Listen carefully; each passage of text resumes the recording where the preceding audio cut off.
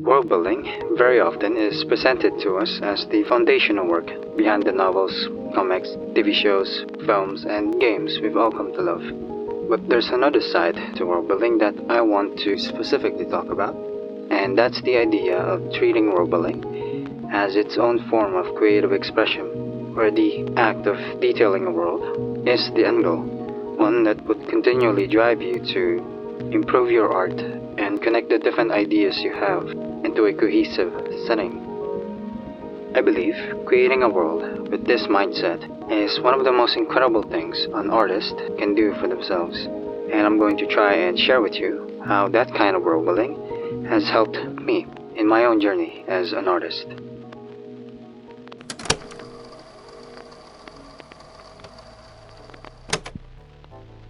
Hi, welcome back to the channel. If you're new here, my name is Calli Silversmith, and on this channel, I usually make episodic lore videos about my worldbuilding series, Waveheart, a science fiction project where I attempt to chronicle a region of space known as Cerato's Wake, one planet at a time.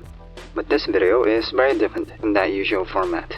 Today, I just want to share a bit about my own experience with worldbuilding and how it has, for the past 12 years, given me a sense of purpose and direction that no other creative endeavor ever has.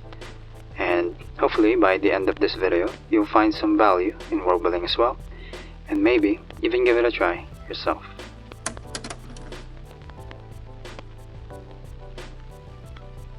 Whether or not you plan to share your work with other people, or you're just beginning your journey as an artist, I believe taking on a worldbuilding project of your own can provide you with such a clear direction for your art that you'll never run out of ideas to be excited about and work with.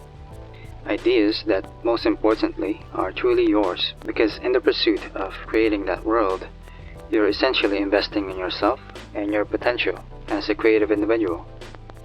I say all this because that's what worldbuilding has done for me. For the longest time, I really struggled to find purpose in my art. I practiced different mediums from traditional to digital, 2D and 3D. I hopped from one genre and style to another, be it fantasy, sci-fi, anime, fan art, and so on. None of them really had any sort of direction. At one point, I was so caught up in specializing in the things that got me into freelance illustration that I didn't realize I was beginning to stray further and further away from the things that I really wanted to create. It wasn't until 11 to 12 years ago, when I looked through all of my artworks from when I was a kid growing up in the Philippines, that I rediscovered what had always resonated with me: creating worlds and imagining the lives of the characters and creatures that inhabit them. Everything I have been doing up to that point finally made sense. As I grew older, I kept losing interest in the creative things I pursued because they had become fragmented. In a way, they were devoid of a home, worldless, if you may.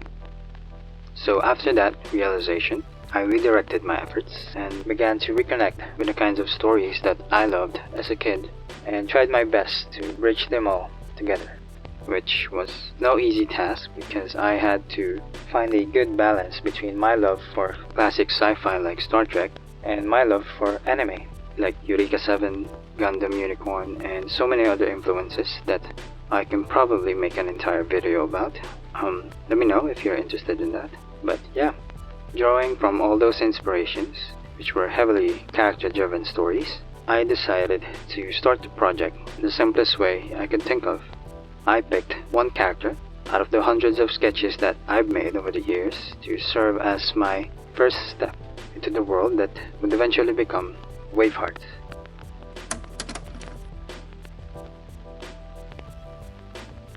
Everything you've seen in the episodes, the characters, creatures, environments, and the histories behind them, all of that started from this drawing I made when I was a kid of a cool looking bounty hunter guy whom I had named Kai. And when I found it 12 years ago, I thought to myself, you know what, this guy looks so freaking cool. I'm going to try and build an entire world around him.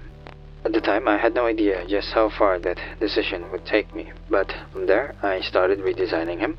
Then I drew the characters and creatures he would encounter and the locations he traveled to. Slowly stepping into that world and working through it one detail at a time. Along the way, I also started asking myself questions like, where does Kai come from? What exactly is he? Well, maybe Kai is a member of a specific culture, native to a world called Elan. And perhaps Elan is one of the 3 moons inhabited by his people. And Kai goes around offering his services between these different places. Stuff like that, writing down any answer I could come up with, and going through the same process for everything else I add to the project. But not every sketch needs to have a long and clear backstory at that point. For example, this device I wrote down as something characters would use to monitor the occurrence of an invisible phenomenon that permeates their world. And that description eventually turned into the Phase Expanse, which is one of the most important details in the entirety of Waveheart. So sometimes you just have to make those marks first and save them for later, because really the minor details and overarching themes of your world, those things will naturally develop themselves and change as you progress through the project. And for me, Kai has definitely gone through the most changes out of any other character in the project. In the lore, he still starts out like a bounty hunter in some way, but after the resolution of the historical event that I briefly covered in the 3rd episode of the series, he eventually becomes the captain of the ESS Foresight, which is one of the first starships created by his people, the Argent. And that progression of his role within the setting is a good example actually of the constant process of reiteration you go through once you begin developing your own world. And you probably noticed that the overall look and design of the characters have changed a lot as well, from looking practically human to almost human, and at some point very alien, which didn't really sit well with me, so I kept working through it until I found a good balance between the different designs that was more fitting with the kind of sci-fi aesthetic and lore I had in mind for the project. Because humanity as we know it doesn't actually exist in Waveheart, I decided to keep the humanoid design of the Argent to serve as a frame of reference for when they eventually meet the more alien life forms in Zeratar's wake. And what really solidified that decision is when I began working on the natural history of their homeworld, which took me a very long time to figure out. It wasn't until 2024 when all those details finally culminated into the version of Waveheart you see today. And at first glance that may seem like a very intimidating roadblock, but getting caught up in those small details are exactly what kept motivating me to work on the project and keep improving my skills, both in writing and creating art.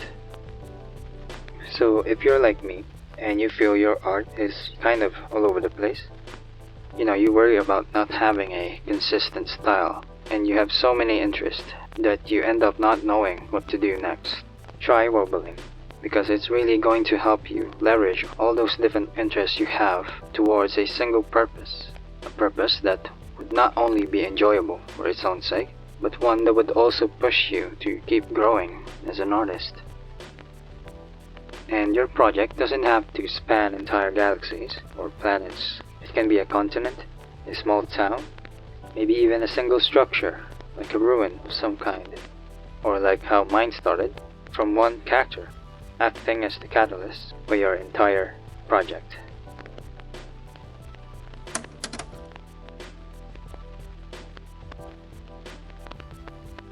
As if all those merits weren't already enough, when you begin worldbuilding and eventually start doing research for your world, you'll soon find out that there's an entire worldbuilding community out there who will be as dedicated and enthusiastic for the craft as you are. Whether it's here on YouTube, on Discord, or Reddit, it's honestly incredible. And to share with you just how fun and wholesome it can be, let me tell you about a wonderful experience I had while interacting with the Worldbuilding community on Reddit. On the 29th of May, during a honestly freezing cold Friday morning, I got up from bed with an idea for a topic. What if the Argent were to explore a world from an entirely different reality? What kind of world would they find? Pretty decent idea, I'd say. So after asking my friend to help me come up with a good description, we hit post. And the response was amazing. In just about half an hour, close to 150 people had decided to take the time out of their busy day to humor my idea and share about their world. And they didn't just door drop and called it a day. No, they actually considered the scenario in a way that made sense for their setting and wrote a response in a way that seamlessly interacted with my world. And that was so cool to me. As a sci-fi fan, that was like having first contact scenarios between vastly different worlds. There were high fantasy settings, alternate history, grimdark, hard sci-fi, just casually meeting my world. Some of them were just so cool and so epic that I just had to learn more about them, which led to even more wholesome conversations. And that kind of shared enthusiasm about each other's worlds is something that I think is very unique to worldbuilding and the community surrounding it. And I find that incredibly motivating to be a part of, and you can experience that as well.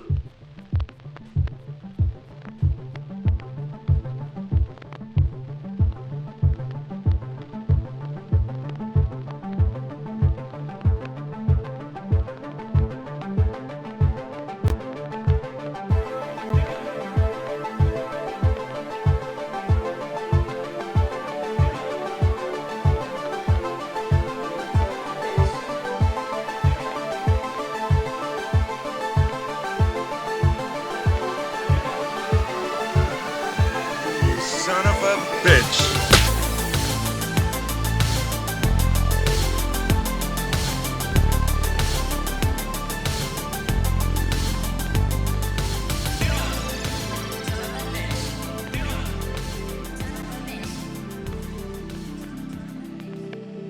And with that, I hope I've been successful in convincing you to give worldbuilding a try.